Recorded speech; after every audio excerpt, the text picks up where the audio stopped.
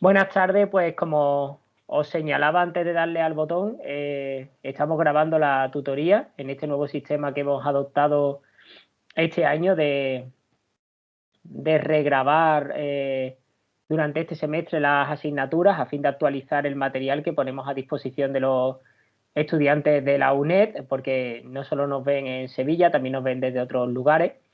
Lo primero que quiero hacer es daros o pediros disculpas, perdón, por el cambio de tutoría que ha tenido lugar del lunes al viernes y demás. Sé que este día es horrible, por tanto hoy grabamos con un doble motivo, precisamente para que aquellas personas que quieren disfrutar del viernes y están en su momento de ocio puedan hacerlo tranquilamente, sabiendo que luego podrán ver lo que hagamos aquí. El funcionamiento de la tutoría va a ser el que es habitual y el que venimos utilizando a lo largo ya de los años que estamos dando esta asignatura. Yo voy a empezar a hablar compartiendo con vosotros un resumen del libro, del capítulo correspondiente del manual La aventura de la moralidad. No quiero que pase el tiempo, o sea, el tiempo de la tutoría sin recordaros que este año esta es una de las lecturas obligatorias que tenéis que hacer, El malestar de la cultura, de Sigmund Freud. Esta semana traigo la semana que viene traeremos el de 12 textos fundamentales sobre ética. Quiero aprovechar o quiero iniciar esta tutoría, aprovechando que estamos al inicio del semestre, para insistir poderosamente en la necesidad de que estas lecturas obligatorias no sean solo formales, sino también materiales, es decir, que las leáis. Este libro además es muy, muy interesante y muy, muy actual para la situación que estamos viviendo, no solo en nuestro país, sino en toda Europa, esta situación que parece que es de crisis, de inestabilidad, en el que se pierden las identidades colectivas, en el que hay crispación, en el que parece que todo el mundo tiene algo que decir y algo por lo que estar disconforme y que nunca llueve a gusto de todos y de todas. Pues el libro de Sigmund Freud, El malestar de la cultura, contiene todo un análisis que fácilmente se podría aplicar, salvando las distancias, a la situación actual. Sabéis que el equipo docente recomienda esta edición, que es la de Alianza Editorial, que es muy económica, que es muy buena, la traducción es verdaderamente buena. Y, y nada, pues ya está dicho, por favor, no lo dejéis pasar, es importante que mantengamos estas lecturas obligatorias al día, es importante que vayamos a las fuentes, a aquellos pensadores, pensadoras que nos recomiendan el equipo docente, que no tengamos miedo de enfrentarnos a las propias palabras de las personas que estudiamos y no solo a los manuales o a los textos que remiten o que digieren o que nos presentan ya sistemáticamente el pensamiento de un autor concreto, sino que seamos capaces de ir a la fuente, el malestar de la cultura. Y hechos todos estos prolegómenos y aprovechando que ya empieza a llegar todo el mundo, vamos a comenzar con la clase de hoy, racionalidad, fundamentación y aplicación de la ética. Bueno, pues continuamos nuestra andadura en esta apasionante asignatura que ya presentamos la semana pasada. Hoy, siguiendo la programación establecida, pues vamos a iniciar el capítulo 9 del manual La aventura de la moralidad, que se corresponde con el primer tema de los contenidos de la asignatura. Hoy lo iniciamos, la semana que viene lo terminaremos. Este capítulo es muy importante. Lo voy a decir otra vez. Este capítulo es muy importante. Una tercera vez. Este capítulo es muy importante. Lo digo no solo a efectos de examen, sino también a efectos de toda la materia. Porque en este capítulo se van a sentar las bases de lo que vamos a ver a continuación. ¿Qué significa esto? Significa que ninguna de las reflexiones que vamos a hacer a lo largo del semestre tiene sentido si no resolvemos antes el problema de la fundamentación de la ética.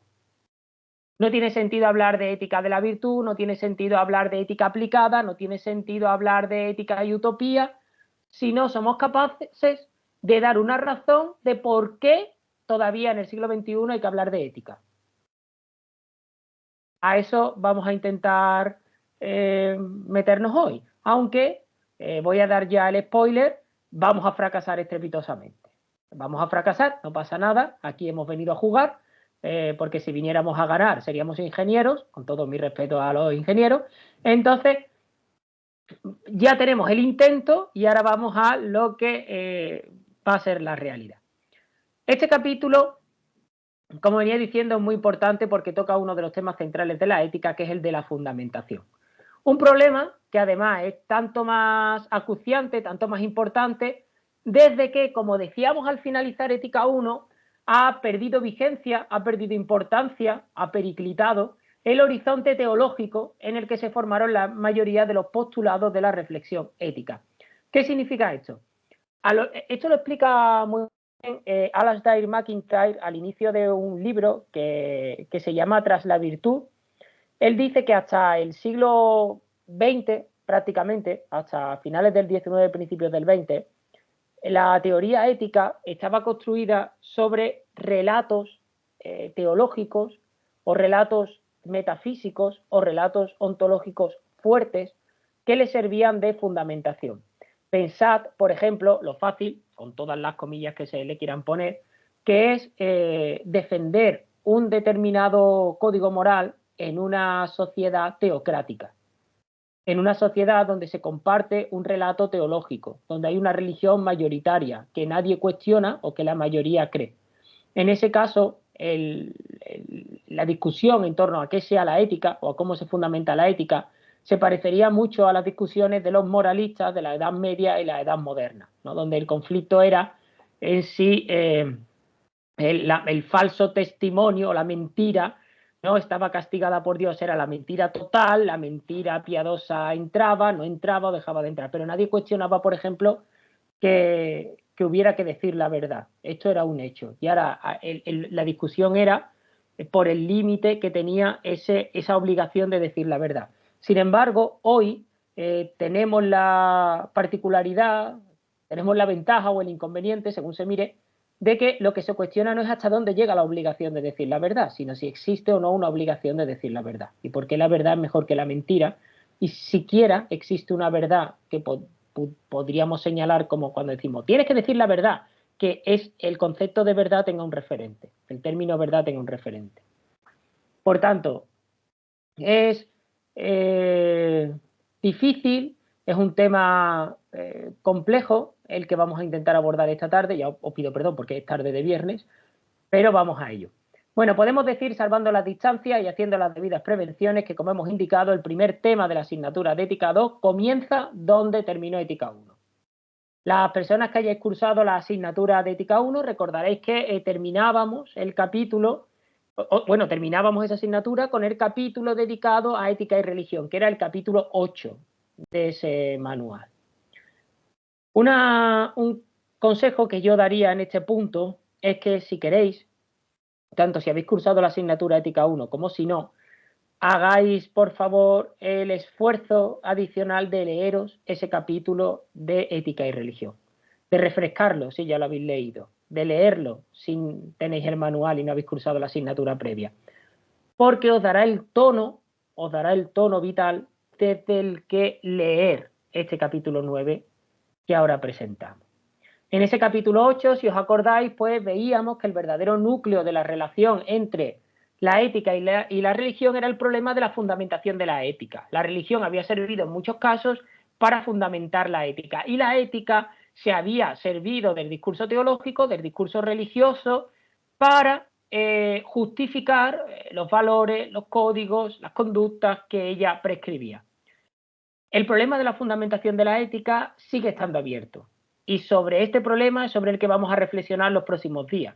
Pues solo, como hemos dicho antes, solo cuando fundamentemos la reflexión ética en tanto que reflexión ética, podremos adentrarnos en sus conceptos principales. Pues bien, esperando que haya quedado claro lo que vamos a hacer, nos vamos a meter ya en faena, advirtiendo de que esta tarde traigo un par de preguntas para vosotras y vosotros y que me gustaría escucharos. Bien, antes de entrar en materia, quizás sea bueno recordar algunas ideas básicas que debemos tener presentes a lo largo del cuatrimestre. La primera es esta distinción que tienen ustedes en pantalla y que dice relación con la diferencia que existe entre moral y ética. Recordad que, según explicábamos en Ética 1, el término ética procede o puede proceder de dos términos griegos. Ethos y ethos. El primer ethos hace referencia a la morada, al lugar donde se habita, también al lugar desde el que se vive. Y en este sentido, pues puede aludir al carácter, porque tu carácter es el lugar desde el que tú vives, desde el que tú actúas. Tú te relacionas con tu medio, con tus circunstancias, diría Ortega, no solo desde el lugar en el que estás o desde la perspectiva en el que estás, sino desde quién eres tú mismo. Es decir, tú no solo reaccionas al medio desde tu perspectiva, sino desde tu ser. Seguramente Antonio reacciona no solo desde la perspectiva de Antonio, sino como Antonio, desde su originalidad última o primera y totalmente personal. Ese carácter, ese modo de ser, ese fuero interno, a eso haría referencia el primer ethos. El segundo ethos hace referencia a la costumbre, entendida como el hábito que se ha adquirido a través de la repetición. Esto nos suena de Aristóteles, ¿de acuerdo? Cuando Aristóteles habla de la virtud y del vicio, dice que son comportamientos adquiridos por repetición. Son hábitos, la virtud y el vicio son hábitos, son comportamientos adquiridos por repetición. Sí, y esto de la manera más pedestre que uno lo pueda entender. Si una persona tiene el hábito de lavarse los dientes cuando a lo largo del tiempo ha ido desarrollando, ¿no?, esa costumbre de termino de comer, me lavo los dientes. Es un hábito, ¿no?, adquirido por repetición. Para Aristóteles, si os acordáis, las virtudes se adquirían del mismo modo. ¿Cómo se adquiere la virtud de la veracidad? Por ejemplo, pues acostumbrándote a decir la verdad en cada situación, obligándote al principio, teniendo que estar vigilando tu discurso para que no se cuele la mentira, y tarde o temprano dirás la verdad como conduces, de forma mecánica. A eso hace referencia el segundo ethos, ¿no?, a ese conjunto de costumbres, de hábitos que hemos adquirido a través de la repetición. Y luego, el término moral, ya sabéis que viene de mos mores, que es un término latino y es el término en el que los pensadores romanos, el término que los pensadores romanos utilizaron para traducir el término ethos, que no tenía una traducción clara en el latín. Ellos optaron por el concepto de mores, que significa la costumbre. El problema del término mores, esto es cultura general, esto no viene en los apuntes, esto lo digo yo. El problema del término de mors mores o mos moris es que aquí está la cosa, no hace o puede servir para hacer referencia a la costumbre entendida como hábito que alguien adquiere por la repetición, pero también a la costumbre como comportamiento general y colectivo, como cuando yo digo es que en este pueblo tenemos la costumbre, no sé, de quemar un muñeco el día de San Juan.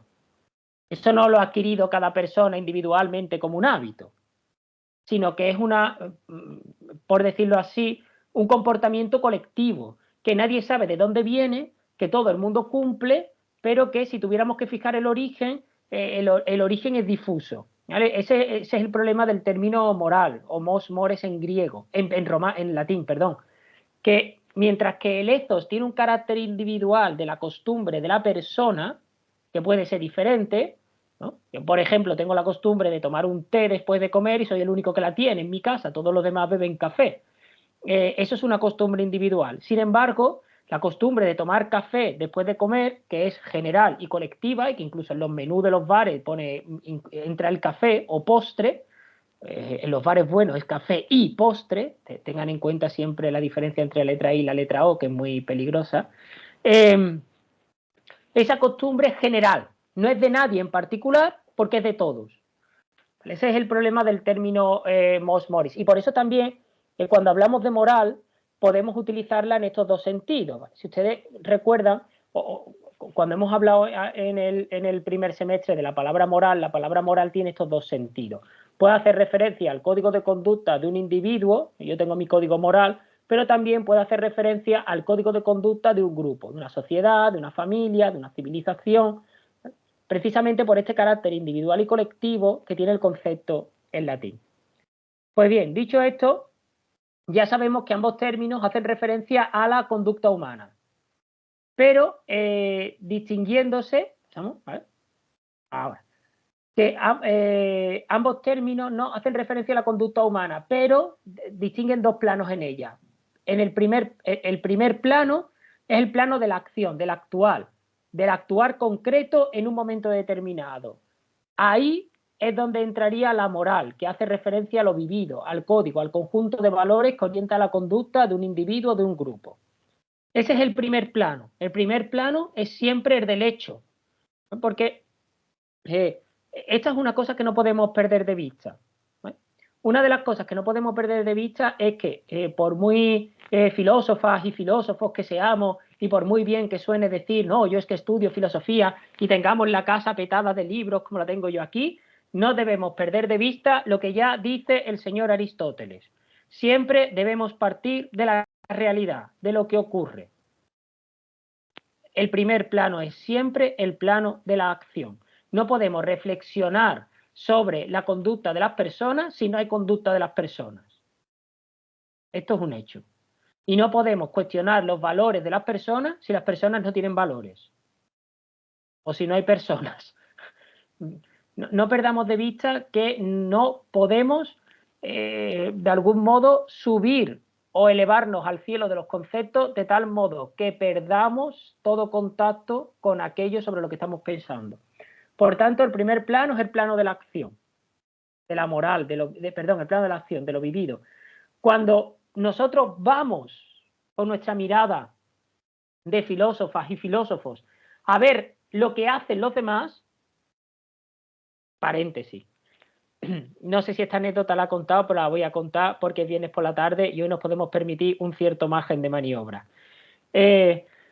¿Alguien sabe quién es la primera persona que utiliza el término filósofo según la tradición? ¿Alguien sabe quién es la primera persona que se autodefine como filósofo? Lo contaste, creo, en Historia de la Filosofía Antigua 1. Recuérdanoslo, Paula, porfa. Sí, a ver, yo tengo muy mala memoria, que a lo mejor doy un No te preocupes, yo calculo, venga. patinazo enorme. Creo que fue Pitágoras, ¿no?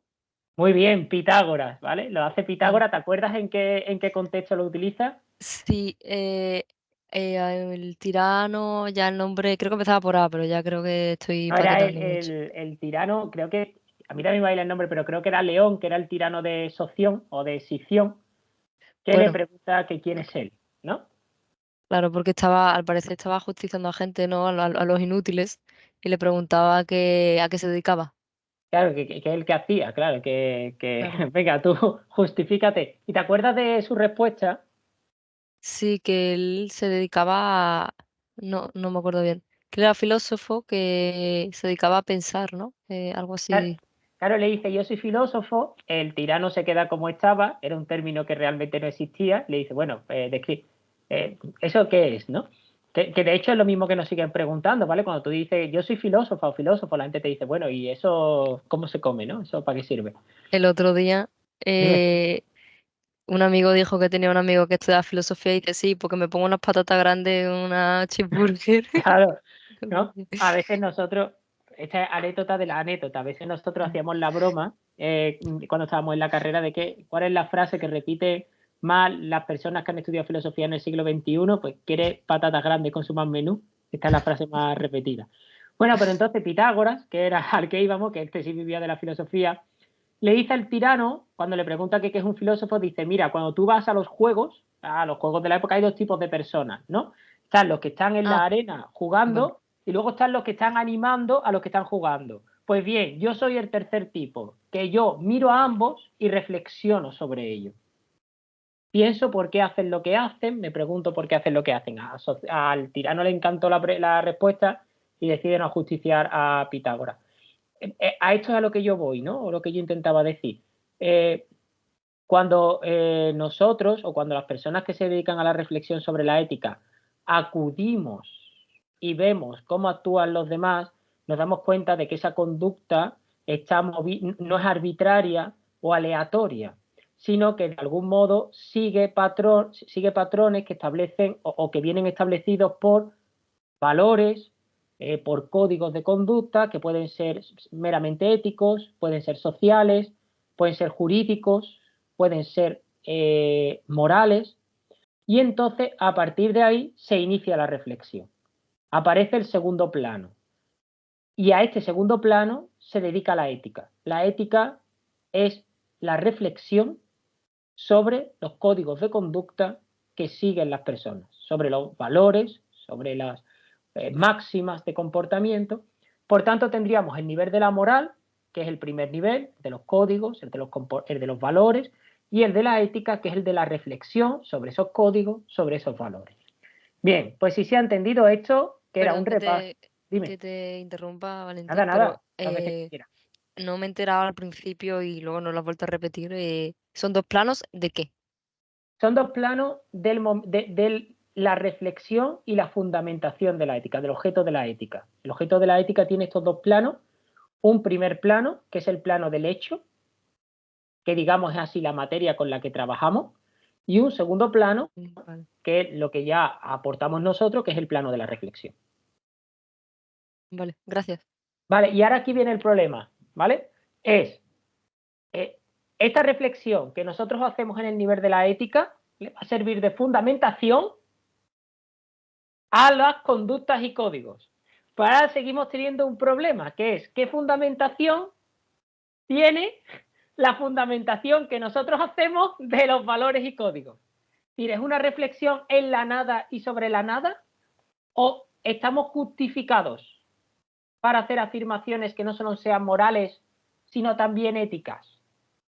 Ahora vamos a poner un ejemplo de esto, ¿vale?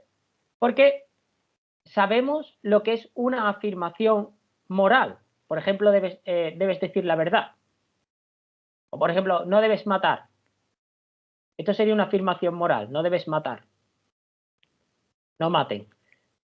Ahora bien, la pregunta ética sería ¿por qué no se debe matar?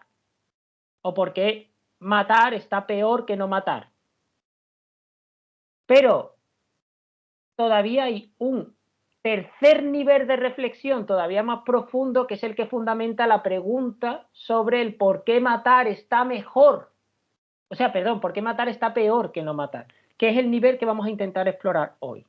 Pero antes, me gustaría hacer con vosotros un pequeño experimento antes de entrar en materia, y os proyecto esta afirmación que me gustaría que leyerais. Y ahora os voy a hacer una serie de preguntas sobre ella. Así que, por favor, sí que os pediría que para esta parte abrierais los micrófonos. A ver, ¿estáis de acuerdo con esta afirmación? ¿Matar a otro ser humano está mal? ¿Quién se lanza? Nadie se lanza. Sí, sí, yo Nadie. estoy de acuerdo. Vale, hemos escuchado, creo que era Pedro por la voz. Sí. Vale, que dice que está de acuerdo. ¿Alguien más quiere estar de acuerdo o en desacuerdo? En mi caso es complicado Desarrollanoslo. porque em, podría decir que racionalmente no estoy de acuerdo, pero emocionalmente sí estoy de acuerdo. Racionalmente no estás de acuerdo con que matar a otro ser humano estaría mal. Es decir, racionalmente cabría matar a otros seres humanos.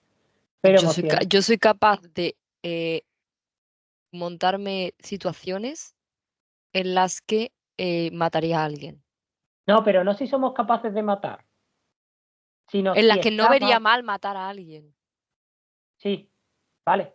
Ahí está. No, porque la pregunta no es si somos capaces de matar. Claro, La, claro. la No, sí. pregunta es si. Yo soy capaz de montarme escenarios en los que no veo mal matar, Vale, pero no creo que sea. Hay una parte en mí que no se siente bien con ello igualmente. vale. Podría O sea, decirlo así. que le sigue chirriando lo de matar, ¿no? Claro, Por justificada que pueda estar en la claro. situación, ¿no? Y exactamente. Yo podría encontrar razones racionales, valga la redundancia, que me justifiquen que matar a una persona puede estar bien o puede no estar mal, al menos, pero igualmente no me sentiría cómoda emocionalmente con ello. Vale. O sea, tú dices que, bueno, o según he entendido yo, ¿no? La parte de algún modo que está de acuerdo con esta frase en todos los supuestos es una parte más emocional que racional. Sí, o dicho de Vale. otra forma, a veces podría encontrar dificultades racionales para justificar que no se matara a alguien, Vale, vale, incluso si emocionalmente no me sintiera de acuerdo con ello, pero vale, racionalmente no sería capaz de defender a esa persona. vale. ¿Alguien más quiere compartir qué siente ante esta frase? Yo diría también que depende. Venga, ¿de qué depende? Para mí depende de si te centras en el principio o en el fin. O sea, si Venga, quieres desarróllame, respetar tu principio, vamos a suponer que tu principio es no matar a un ser humano. ¿vale? Y en el otro caso vamos a suponer que el fin es no matar a otro ser humano. Vale. ¿Vale? En el caso del principio, si tenemos el supuesto de que un ser humano va a matar a otro, a no ser que matemos a ese ser humano, no podemos matar al ser humano que va a matar al otro, porque está mal matarlo si no pasamos en el principio. Si vamos al final y ese ser humano va a matar a una, dos, tres personas, la que sea, lo sabemos a ciencia cierta, lo ha dicho, está a punto de hacerlo y tenemos que matarlo, en ese caso sí estaría bien matarlo, porque estamos priorizando el fin al principio. Sí, bueno, esto es una afirmación, Antonio, muy utilitarista, ¿no? De que como tenemos que buscar el bien mayor, tenemos que elegir el mal menor. Es decir, si una persona va a matar a 50 personas y podemos evitarlo matando a esa persona, lo correcto ahí es matar a esa persona, porque en realidad no estamos matando a una, le estamos salvando la vida a 50. Claro, y esa es la de priorizar el fin. Sin embargo, si priorizas el principio, no podrías matarlo, pase lo que pase. Claro, esta es curioso porque esta es un dilema clásico, que no vamos a entrar ahí, ahora le voy a dar la palabra a Paco, que dice esto, ¿no? Que se basa en esta teoría utilitarista de cuánto vale una vida, ¿no? Es decir, cuántas vidas se pierden y cuántas vidas se ganan si te mato a ti, ¿no? Entonces, si te mato para salvar a otro, a lo mejor ahí todo el mundo chirría. Si te mato para salvar a 3, mata. Pues si te mato para salvar a 50, ¿no? Y parece que se valida esa máxima de que hay que buscar siempre el mayor beneficio para el mayor número de personas, aun a costa de ciertos perjuicios, como en este caso sería el daño colateral de la vida que hemos de eliminar, efectivamente, porque lo que priorizo es el fin de la acción, no el principio de la acción. Está bien visto, está muy bien visto. Paco, comparte. ¿Me escuchas bien? Perfectamente. Vale, que estoy con el móvil, eso nunca lo he escuchado por aquí, digo, a ver si no se va a escuchar. Que yo la reflexión que hago es que hasta qué punto nuestra visión o reflexión sobre si matar a una persona estaría bien o estaría mal, o mejor dicho, para no usar bien y mal, podríamos ser capaces de o no. A mí lo que me surge la pregunta es si realmente la respuesta que damos es nuestra propia o, no, o una respuesta realmente heterónoma que buscamos justificar a partir de lo externo. No O sé sea, si me estoy explicando.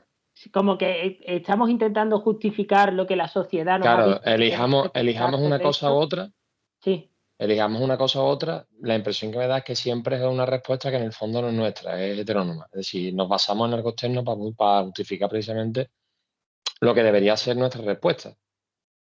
Pero también es un comportamiento natural, creo yo, porque si Ya, no, sí, solo sí, a ver, podríamos sí, sí, responder claro, claro. internamente de lo que hemos vivido. Y hasta donde yo sé, y no hace falta que nadie se señale, nadie está aquí en la situación de tener que matar a otro y decir, esto está bien o está mal, le clavo el cuchillo ya o espero a mañana. Si alguien ha estado en esa situación, pues nada, nos compadecemos de él y punto. No, pero está bien visto, ¿no? Como que la justificación es nuestra, pero aquello que intentamos justificar no termina de ser nuestro, ¿no? Si te he entendido. Claro, no sé hasta qué punto podemos realmente responder a esa pregunta. En el Vale. sentido de buscar, ¿sabes? Una ética que sea nuestra propia, que no sea una ética que siempre estamos, que cuando en ética uno vimos la fundamentación de las éticas teleológicas, deontológicas, y vimos también la ética axiológica, y hablamos sobre todo eso. En clase hablamos un par de veces de la dicotomía que nos podemos encontrar en nuestra vida. Y si la respuesta que damos es una respuesta nuestra propia o realmente una respuesta heterónoma que hacemos externamente y somos inconscientes de que la hacemos de forma externa, en fin, todo eso. Entonces, no sé, parece un tema Dime. que eso que me parece, no sé, porque alguna vez salió en típica conversación de bar entre amigos o lo que sea, ¿no? Que te pones a hablar un poco a filosofar sobre el mundo, ¿no? Y salen temas como, por ejemplo, la pena de muerte o el caso de los pederastas, ¿no? Y las personas que violan a niños pequeños, personas que violan en general, ¿no? Y pues la castración química, ¿no? Pues yo la pena de muerte, ¿no? Y surgen temas ahí que, no sé, creo que es difícil responder una pregunta así porque en el fondo siempre nos basamos en algo externo para justificar lo que queremos decir, sea una cosa u otra. Claro, ahí va un poco también lo que señalaba, si no os he entendido mal a ninguno de los dos, Paula, ¿no? Con la idea de hay situaciones en las que se podría incluso justificar racionalmente matar a una persona. No, a lo mejor ella no estaba aludiendo específicamente a estas situaciones, pero que es verdad que cayendo en la casuística, a lo mejor hay momentos en los que tú en una conversación o pensando contigo mismo, dices, pues en este contexto quizás no estaría del todo mal. Es sí y a la vez no. A ver, obviamente ese tipo de situaciones son los casos obvios, ¿no? Los ejemplos fáciles, ¿no? Pero yo incluso me voy a casos más crudos, ¿no? Lo estuvimos hablando también en Ética con la muerte de Dios, ¿no? Con la muerte de Dios es muy complicado eh, fundamentar una igualdad de las personas y una dignidad, ¿no? Entonces eso se convierte en la selva de asfalto. Y esa propia selva de asfalto es una dificultad a la hora de, claro, si yo no soy, si la otra persona no tiene algo intrínseco que le hace igual a mí y merecedora de mi respeto por su vida, realmente matarla la podría matar, ¿no? Racionalmente hablando, a pesar de que haya algo que me produzca rechazo, ¿no? Pero no encuentro ninguna razón racional, otra vez valga la redundancia, para no matarla, ¿no? No encuentro ninguna justificación, ningún motivo para no matarla y si en algún momento, por eso también pasa eso mucho en las guerras, ¿no? Que ya las personas se anteponen a sí mismas porque Dios en las guerras no existe, ¿no? Y es la supervivencia en su puro estado. Es esa No la sé. cosa, ¿no? De hecho, fíjate cuál es la segunda diapositiva. Esa Claro. famosa frase de Dostoyevsky, ¿no? De si Dios no existe, todo está permitido, que engancha un poco con lo que tú señalabas, ¿no? La idea de, no es necesariamente Dios, ¿no? Pero la idea de si todos los relatos han caído y si el de enfrente no tiene nada, no es nada más que un conjunto de células, química, carbono y demás, ¿qué lo diferencia de una cabra? Y claro, entonces, ¿por qué tengo que respetar su vida?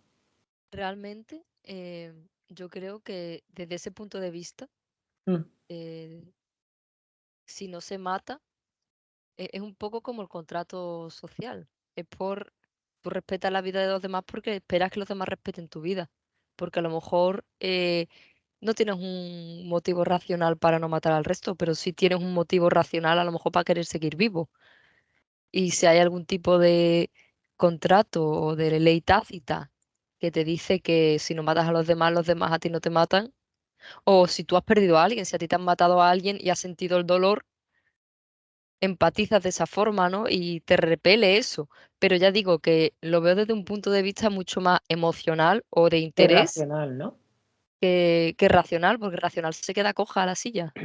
Ya, ese es el problema, por eso estamos en este tema. Paco, tu Y una turno. Y cosa, ahora ahora que ha dicho leo lo que Pablo lo dice. del contrato social, el otro día viendo la noticia por la mañana salió el debate otra vez de la eutanasia y que había un chaval que tenía necrosis cerebral y demás y que estaba que solamente que no veía nada, que apenas podía moverse y tener un mínimo de comunicación, todo gestual, y que le habían derivado a un hospital en Huelva porque donde podían realizarle la eutanasia pero al llegar al hospital ese, todos los médicos y médicas que habían en el hospital se habían convertido en objetores de conciencia. Y igual que ha dicho Pablo del contrato social, de que como que aceptamos una serie de, digamos, de patrones o de leyes para poder vivir en sociedad y demás, y coartamos nuestra libertad para poder asegurar la libertad de la sociedad y demás. ¿Hasta qué punto no puede haber también dentro de ese contrato un acuerdo para que si alguna persona decide no querer vivir por un motivo justificado, no se pueda llevar a cabo ese contrato? Porque en ese sentido, no sé, yo lo estaba viendo por la mañana temprano antes de trabajar y me quedé como diciendo, tío, no hay nadie de verdad que no entienda que esta persona no quiere vivir así.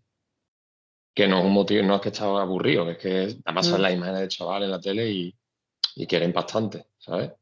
No sé, me parece también curioso ese aspecto. Sí, es un tema interesante, ve, que nos lleva al tema anterior de matar a otro ser humano, ¿no? Porque al final es lo que se plantearía el médico, voy a matar a otro ser humano. Claro, por eso digo que estos temas son candentes, de hecho darían para hablar toda la tarde, me vais a permitir que lea solo la intervención de Antonio Manuel, que dice, yo pienso que siempre estaría mal matar a otro ser humano, a menos que tu vida o la de otro dependa de ello. En cualquier caso, siempre parece que hay una excepción, al matar a otro está mal, ¿vale? Vamos a seguir con nuestro amigo Kant. Bueno, a lo largo de la historia, ya lo sabéis, ha habido muchos intentos de fundamentar la ética.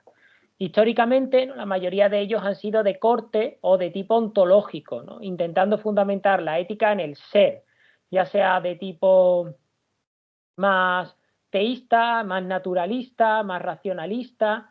Al final siempre parecía, ¿no?, que había como una especie de orden natural de las cosas que establecía el orden natural de la conducta.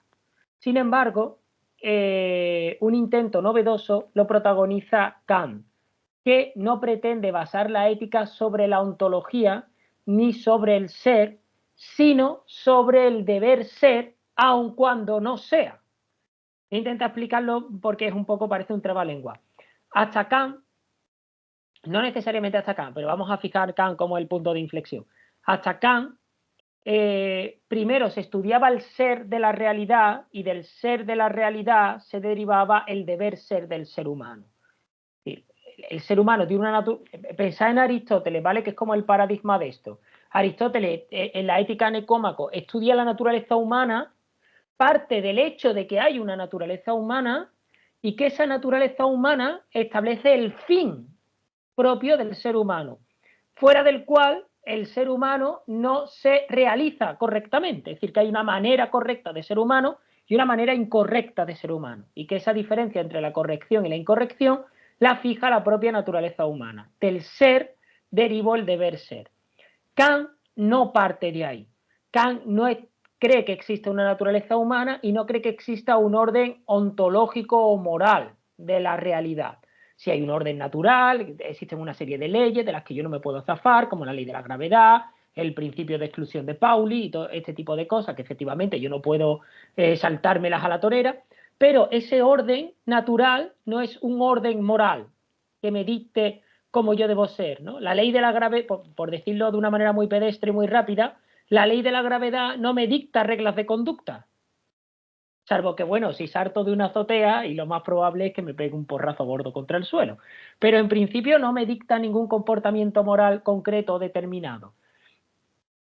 Pues bien, Kant lo que dice es que la ética no debe descansar sobre un pretendido ser que dicta las conductas, sino que lo importante es que nos fijemos en el concepto, o sea, que el deber ser tiene valor por sí mismo y no porque derive de un ser concreto. Por eso la ética kantiana no está montada sobre la naturaleza humana, sobre el ser de la realidad, sino sobre el deber ser en sí mismo considerado. ¿Por qué? Porque Kant quiere preservar a la ética independiente de toda ontología, de toda religión, de toda metafísica, porque Kant se da cuenta de una cosa que hasta ese momento nadie había considerado, y es, si yo vinculo la ética a una naturaleza humana o de la realidad determinada, cuando ésta caiga, ésta caerá necesariamente. Y la ética será muy frágil porque no tendrá por ella misma. Y este es el gran esfuerzo kantiano, querer construir una ética que se sostenga sobre ella misma, que sea independiente de los relatos metafísicos, filosóficos, científicos, religiosos sobre los que se sustente la sociedad, que la ética permanezca al margen. Porque para Kant hay que realizar el deber ser en el mundo, no hay que realizar el ser del mundo. Esto es, lo que hay que hacer es realizar, es decir, hay que convertir el deber ser en un fin en sí mismo. Para Aristóteles, yo debía actuar de una manera para conseguir algo concreto. Si no quiero conseguir el algo concreto, no tengo que actuar de ninguna manera. El ejemplo típico que siempre se pone, ¿no? Si quiero tener salud, tengo que dejar de fumar y hacer deporte. Pues si no quiero tener salud, no tengo por qué dejar de fumar y hacer deporte. Puedo llevar una vida desastrosa. Si quieres ser feliz, tienes que ser virtuoso. Bueno, pero no quiero ser feliz, ya puedo ser un vicioso, ¿no? Kant, toda su idea es convertir a la ética en algo que no dependa de otra cosa. Que no dependa de otra cosa. Es decir, que tenga valor en sí misma, que los postulados éticos sean considerados en sí mismos. Y la determinación de este deber ser es el objeto de la razón práctica. No voy a ahondar más aquí, porque todos conocéis la filosofía kantiana. Bueno, la vimos en Ética 1, que sucede, pero es esta la idea, ¿no? Y por eso Kant no le reconoce categoría moral al imperativo hipotético, que es del tipo si quieres A, entonces haz B, sino que él solo le reconoce categoría moral al imperativo categórico, un imperativo que manda a hacer con independencia del resultado, de tal modo que siempre estás obligado a actuar conforme a él con independencia de lo que tú busques. Y por eso, en la crítica, en la fundamentación, perdón, para una metafísica de las costumbres, que los que habéis cursado Ética 1 habéis leído, Kant hace ese alegato, que choca un poco, ¿no? Pero ese alegato en contra de la felicidad como fin de la naturaleza humana, diciendo aquello tan bonito y tan valiente y tan difícil de aplicar en la práctica, de que no debemos preocuparnos por ser felices, sino que lo que tenemos que hacer es preocuparnos por ser dignos de ser felices, que esa es otra historia. Pues bien, dicho esto, vamos a los peligros que ha habido a lo largo de la historia a la hora de intentar la fundamentación de la ética. ¿Por qué? Porque tenemos que tener mucho cuidado. La cuestión de la fundamentación siempre se mueve en torno a dos peligros. Siempre estamos entre dos rocas, ¿no? A las que no podemos acercarnos y tenemos que caminar en medio. Primera roca que debemos evitar, primer peligro a evitar, el objetivo intuicionista. ¿A qué se refiere esto? Esto se refiere a creer que los valores son objetivos. Es decir, que lo bueno es bueno y que además se conoce por intuición. Yo no necesito justificarlo, yo no necesito racionarlo, porque intuitivamente sé que esto es bueno, como intuitivamente puedo conocer otras cosas. La intuición es un conocimiento directo de las cosas sin necesidad de mediación ninguna. Por tanto, los valores no son demostrables ni deducibles, porque sencillamente se intuyen. Por ejemplo, proteger la vida es bueno, ya está. Yo así lo intuyo, no tengo que dar razones, no tengo que justificarlo. Cualquier persona lo ve y quien no lo ve, en realidad es porque tiene algún tipo de tara o defecto. El valor es algo evidente para mí. Y si tú no lo ves, eres tú el que sufre ceguera moral, porque esto es autoevidente. Un ejemplo de esto lo tenemos en algunas éticas axiológicas como la de Max Scheler. Este sería el primer objetivo, el primer peligro, el objetivismo intuicionista, ¿no? Es muy fácil porque yo hago depender la ética de la intuición, no necesito justificar nada más porque la intuición de algún modo se justifica a sí misma, se valida a sí misma, y si alguien me hace ver que, como ha dicho Paco antes, ¿no? Mira que parece que no siempre, o Paula, ¿no? Parece que no siempre está mal matar, porque hay situaciones en las que racionalmente, bueno, ustedes sufrís ceguera moral porque no sois capaces de ver que esto, que intuitivamente es así, ¿no? Primer peligro, porque esto sería una forma, si queréis, de dogmatismo, ¿no? De esto es así y quien no lo vea es el hereje, el que está equivocado, el que tiene el problema. Y luego tenemos el subjetivismo extremo. En el subjetivismo extremo lo que encontramos es el emotivismo ético.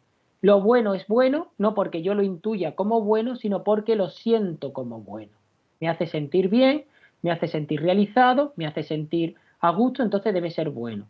Por tanto, en esta corriente, en el subjetivismo extremo, cuando digo que hacer esto está bien, en realidad lo que estoy diciendo es que hacer esto pues me gusta, me agrada, me entretiene, me divierte, me viene bien.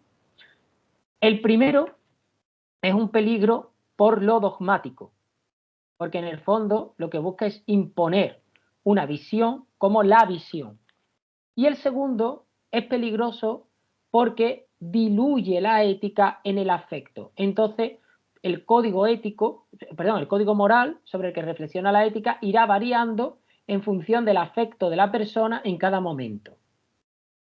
Porque si os analizáis a vosotras y a vosotros mismos, os daréis cuenta que a lo largo de vuestra vida no siempre os han gustado las mismas cosas. Por tanto, si decir que algo es bueno, en el fondo, en el subjetivismo, es decir que algo me gusta, ese bueno irá variando con el gusto a lo largo de los años.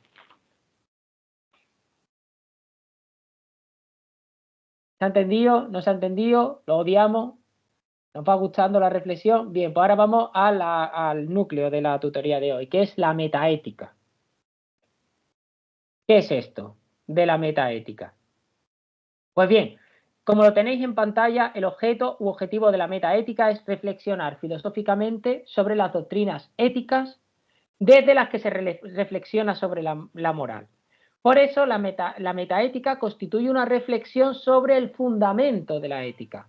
Surgen así, ¿no?, tres planos, por decirlo así. El primer plano los tenéis ahí, yo creo que gráficamente. El primer plano es el de la moral.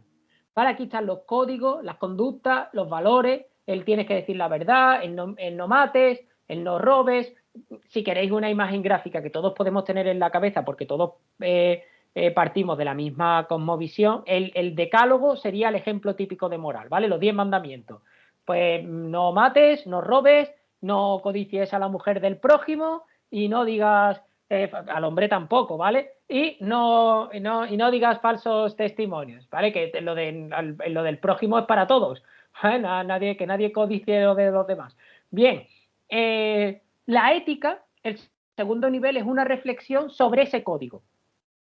De dónde viene, por qué establece esas conductas, por qué esas conductas se consideran valiosas para la sociedad, por qué es así. Y ahora, a partir de ahí, analizando los diferentes códigos de conducta, hemos sacado diferentes éticas que vimos en ética 1. Están las éticas descriptivas, las éticas prescriptivas, las éticas materiales, las éticas formales, etcétera, etcétera. Creo que Paco ha levantado la mano. Paco, ¿estás ahí? ¿Ya parece esto una sesión de espiritismo? Es que voy en el coche y la verdad sin querer. Nada, vale, sin problema.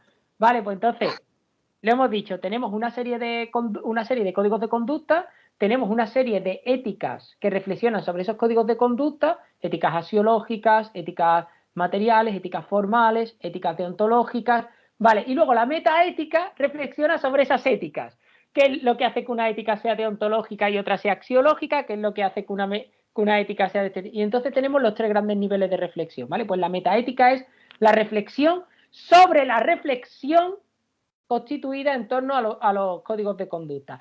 Y en el fondo, la metaética es la pregunta, o la pregunta fundamental de la metaética es, ¿tiene fundamento la ética?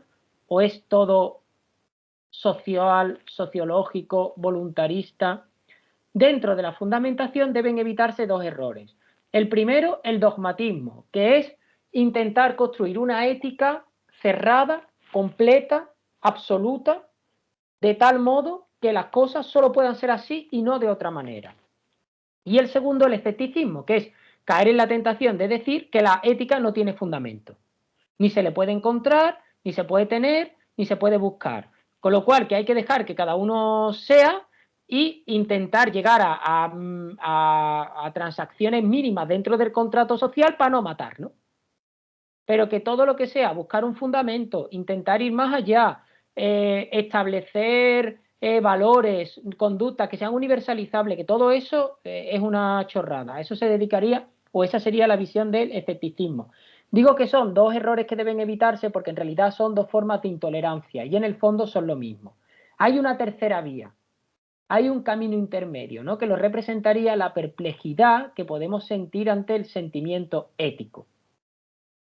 Para ello, o para que reflexionéis sobre esta idea de la perplejidad, esta semana os voy a dejar en el foro un texto de Platón, ¿vale? Cogido de La República, que es el mito del anillo de Giges, que no sé si alguien lo conoce. Platón tiene muchos mitos, ¿vale? Todo el mundo cree que Platón un día se levantó de la cama, escribió el mito de la caverna y la apología de Sócrates, se echó a dormir y Platón no ha vuelto a hacer nada en la vida. Antes, al contrario, Platón tiene muchos mitos, está el mito de el mito del carro alado. Pues uno de los mitos que aparecen en la República Platónica es el mito del anillo de Giges, donde a través de una historia Platón intenta transmitir una pregunta, una idea, que es si hacemos el bien porque estamos convencidos de que hay que hacer el bien o hacemos el bien por miedo al castigo. Yo os voy a dejar Dime, Antonio. Una pregunta, esa es la del anillo de Sauron, ¿no? Bueno, en realidad el anillo de Sauron... entre comillas, digo para entendernos, entre comillas. Sí, efectivamente. Es al revés.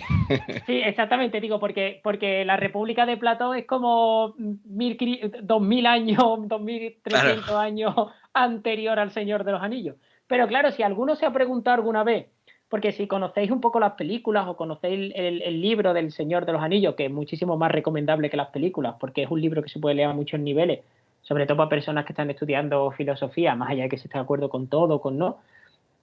Si alguien se está preguntando por qué el anillo único que pone en crisis toda la Tierra Media, que moviliza a todos, a todas las razas, que hace que todos tengan... Hace la chorrada que hace es hacerte invisible, dice, vaya mierda de superpoder, ¿no? Porque parecería que el anillo único debiera hacer algo más gordo. Pues, no, o sea, la capa de invisibilidad de Harry Potter hace lo mismo y no ve tú ahí a toda Aragorn, a Sauron, a todo el mundo peleando por la capa, ¿no? En el mundo de Harry Potter lo gordo es la varita de Sauco, que parece que esa sí es un pepino de varita, ¿no? Que esa hace hechizos súper buenos, lo repara todo, es el Mr. Proper de las varitas, lo mejor que hay, ¿no? El anillo del Señor de los Anillos parece una cosa muy cutre para que todo el mundo lo evite, o lo quiera, o lo codicie. Pues si alguna vez os habéis preguntado por qué ese anillo, el poder que tiene es hacer invisible, es porque el anillo de Giges, el poder que hace es hacer invisible. Y en realidad, lo que Platón está señalando con ese poder, como muy bien ha indicado Antonio, es la posibilidad de hacer lo que quieras sin que te pille. Eso representa la invisibilidad en esa historia, el poder de hacer lo que quieras sin que te pillen. Giges se lo monta bien. Os voy a hacer un pequeño spoiler. Giges empieza de pastor de cabras y acaba de rey de un imperio. O sea, que Giges se lo monta que no veas.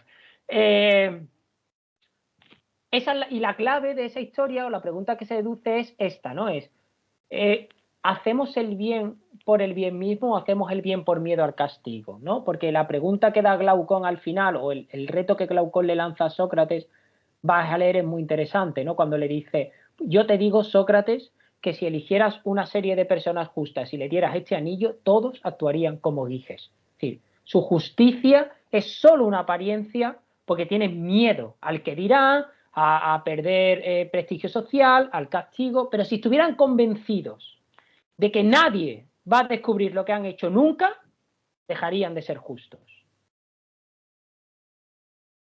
Vale, aquí os he puesto la historia del anillo de Giges, ¿vale? Que ya os la he contado, ¿vale? Bueno, la historia esta del pastor, ¿no? Un pastor que encuentra que hay un terremoto, tiene que bajar a los abismos en mitad de una tormenta y encuentra un anillo. Y se da cuenta que con ese anillo, cuando se lo pone, se vuelve invisible y cuando se lo quita, se vuelve visible. Entonces él se da cuenta de que a ese anillo le puede sacar muchas posibilidades y lo que hace es, mientras los pastores están reunidos hablando de quién va a ir al castillo a darle cuentas al rey, de cómo han hecho la gestión de las ovejas del rey, Giges maniobra para ser uno de los que va y se mete, por así decir, ahí y va al castillo. Se pone el anillo, consigue seducir a la reina, consigue seducir a la reina para que ella mate al rey y se case con él. Y él se pone en lugar del rey y mejor que todo. Esta Giges, que empieza de pastor y acaba de rey, ¿no? Y entonces se lanza la pregunta, ¿no? Todo aquel que tú consideres o que se considere justo, si le diéramos este anillo, haría exactamente lo mismo.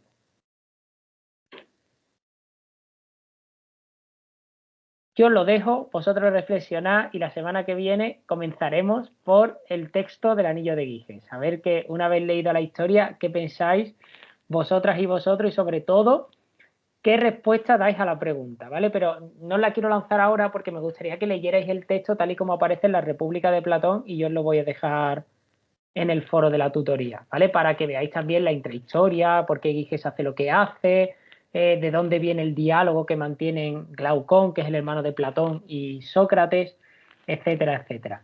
Vamos a terminar hablando del fundamentalismo, ¿no? ¿Qué es el fundamentalismo en ética? Pues lo primero que hay que hacer es precisar el significado que vamos a dar a esta palabra, porque fundamentalismo aquí no significa nada malo, no significa radical, ni significa persona intolerante, ni significa persona que rechaza otras posturas. Fundamentalismo en esta asignatura significa única y exclusivamente aquella postura que responde afirmativamente a la pregunta sobre la existencia de un fundamento en ética. Es decir, fundamentalistas en ética son aquellas personas, autores, autoras, pensadoras, que cuando se les pregunta ¿crees que la ética tiene un fundamento? Responden sí, aunque no sepamos exactamente cuál es.